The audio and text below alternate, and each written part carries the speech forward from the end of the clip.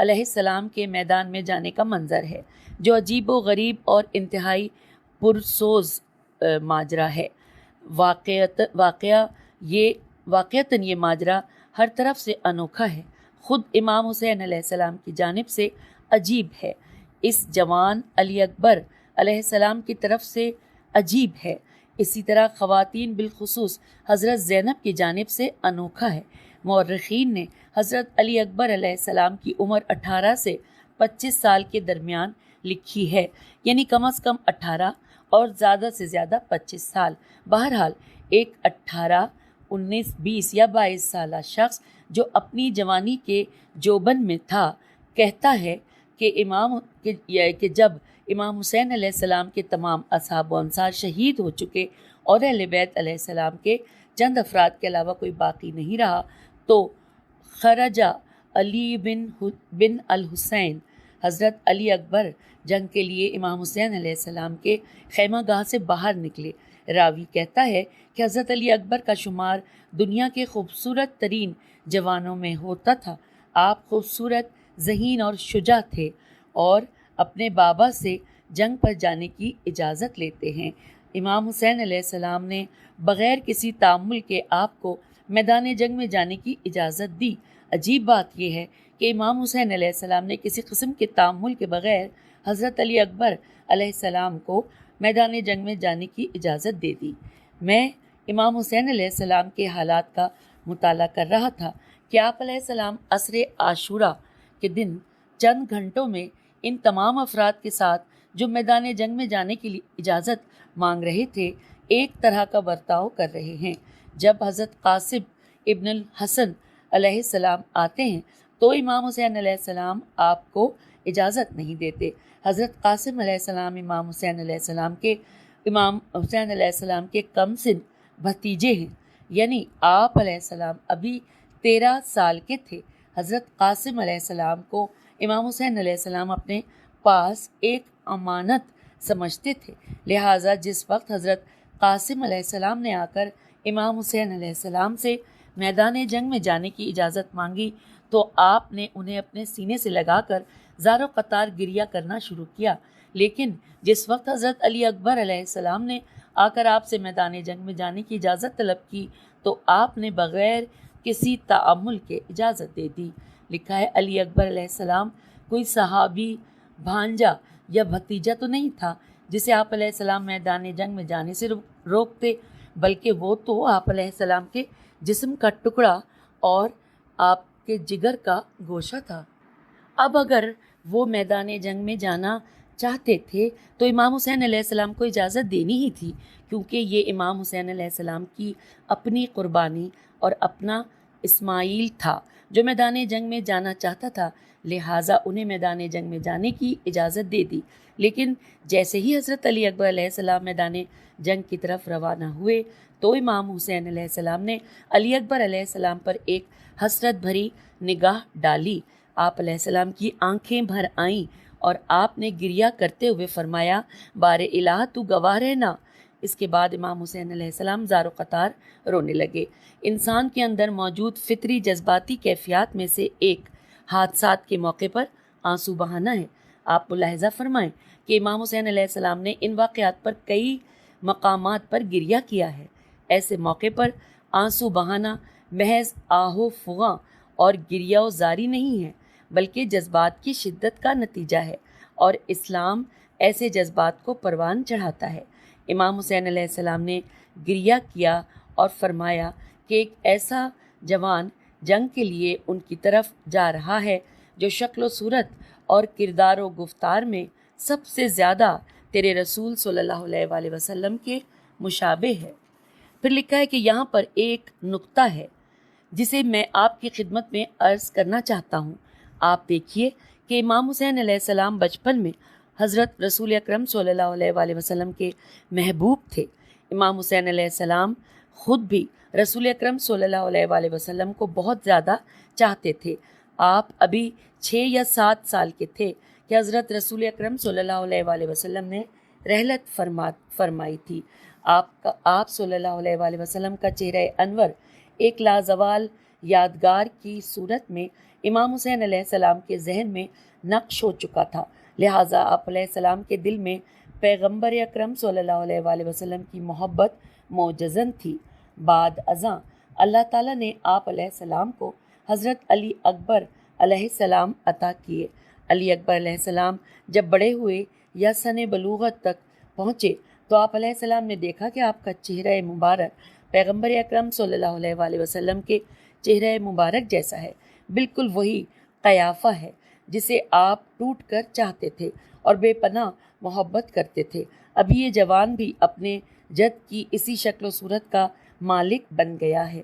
جب آپ علیہ السلام بات کرتے ہیں تو آپ علیہ السلام کی آواز، آپ کے گفتگو کا انداز، آپ علیہ السلام کا اخلاق، آپ کی بزرگواری، کرم نوازی، شرافت، الغرض، ہر چیز میں آپ پیغمبر اکرم صلی اللہ علیہ وآلہ وسلم کے شبیہ تھے۔ لہٰذا امام علیہ السلام فرماتے ہیں کہ جب بھی ہم رسول اکرم صلی اللہ علیہ وآلہ وسلم کی زیارت کے مشتاق ہوتے تھے تو اس کی طرف دیکھتے تھے۔ پھر لکھا ہے کہ یہ جوان میدان کی طرف گیا اور اس کے بعد امام حسین علیہ السلام نے اونچی آواز میں عمر سعد سے مخاطب ہو کر فرمایا، اے عمر سعد، خدا تیری نسل منقطع کرے جس طرح تو نے میری نسل قطع کی ہے۔ ابن طاؤس لکھتے ہیں کہ اس کے بعد یہ جوان میدان جنگ کی طرف روانہ ہوا۔ آپ نے زبردست جنگ کی اور پھر پلٹ کر اپنے بابا کی خدمت میں حاضر ہو کر کہنے لگے، بابا جان، پیاس کی شدت سے مرا جا رہا ہوں، تھوڑا سا پانی ہے تو پلا دیجیے۔ حضرت علیہ السلام نے جواب میں فرمایا، جاؤ بیٹا، جنگ کرو، بہت جلد اپنے نانا رسول خدا صلی اللہ علیہ وآلہ وسلم کے ہاتھوں سیراب ہو جاؤ گے۔ علی اکبر علیہ السلام دوبارہ میدان جنگ میں گئے۔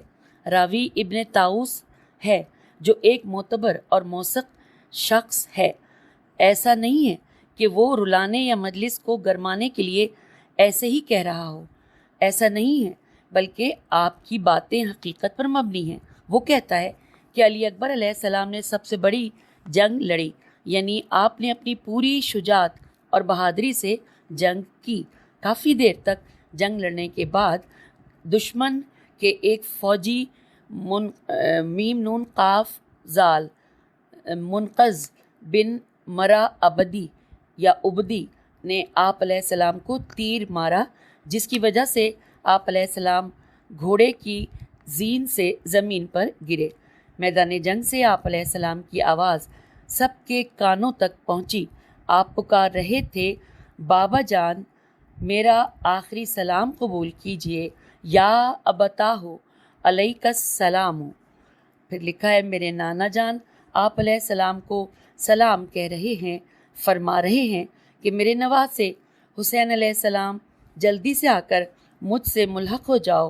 جناب علی اکبر علیہ السلام کی زبان مبارک سے یہی کلمات جاری ہوئے اور اس کے بعد ایک آہ کھینچی اور پاکیزہ روح قفس انصری سے پرواز کر گئی۔ پھر لکھا ہے کہ امام حسین علیہ السلام نے جیسے ہی اپنے کڑیل جوان فرزند کی آواز سنی، فوراً میدان جنگ میں آئے، جہاں آپ کا لخت جگر زمین پر پڑا تھا۔ اپنے جوان بیٹے کے سرہانے پہنچے، اپنے چہرے کو علی اکبر علیہ السلام کے چہرے پر رکھا اور بولے، خدا اس قوم کو ہلاک کر دے جس نے تم جیسے جوان کو مار ڈالا ہے۔ اور پھر آپ نے مزید کہا کہ اس قوم کو ہلاک کر دے جس نے تم جیسے جوان کو مارا اور انہوں نے دین خدا اور حرمت رسول صلی اللہ علیہ وآلہ وسلم کو اس دلیری سے پامال کیا۔ تیرے بعد اس دنیا پر خاک ہو۔ راوی نقل کرتا ہے کہ جس نے ان واقعات کو نزدیک سے اپنی آنکھوں سے دیکھا ہے اور نقل کیا ہے، وہ کہتا ہے، راوی کہتا ہے کہ میں نے دیکھا کہ جناب زینب سلام اللہ علیہا خیمے سے باہر نکل آئیں۔ ان کی فریاد بلند ہوئی، اے میرے عزیز، اے میرے بھتیجے۔ انہوں نے خود کو علی اکبر علیہ السلام کے لاشے پر گرا دیا۔ اور پھر لکھا ہے کہ امام حسین علیہ السلام ان کے پاس آئے، اپنی بہن کا بازو پکڑا، جناب علی اکبر علیہ السلام کے لاشے سے ہٹایا اور عورتوں کے پاس بھیج دیا۔ سامعین، یہاں پر ہم کتاب کے صفحہ نمبر 515 پر آپ سے اجازت چاہتے ہیں۔ اگلی نشست میں اس کے بعد کے واقعات مل کر پڑھیں گے۔ اجازت دیجیے، خدا حافظ، فی امان اللہ۔